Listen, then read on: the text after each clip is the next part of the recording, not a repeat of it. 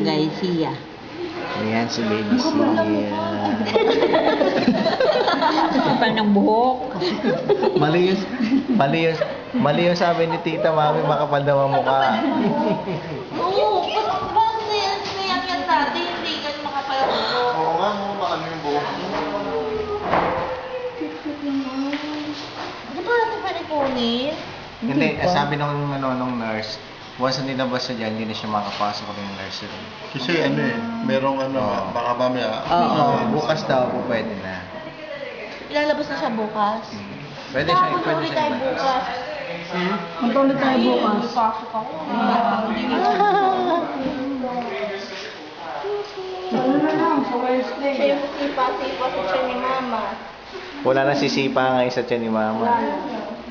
Ang laki ano.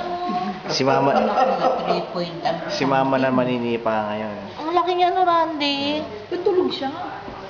Siyempre. Kaya niya siguro nasa tiyan pa siya. Ayan po si nurse yung nag-aalaga kay baby. Lapoy. Mas pang ang haba ni baby. Hindi mo pa maano yan. Ay, nag-ano siya. Dapat niyo ba screen? Hindi lang po siguro meron eh.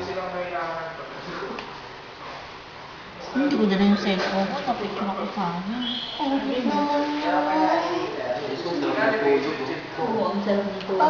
Baby girl. I-upload mo sa Facebook. Uy, baby girl. Ay, si baby boy. Uy. Pag ano, hindi na magkakatuluyan. Okay, umayos kayo ha.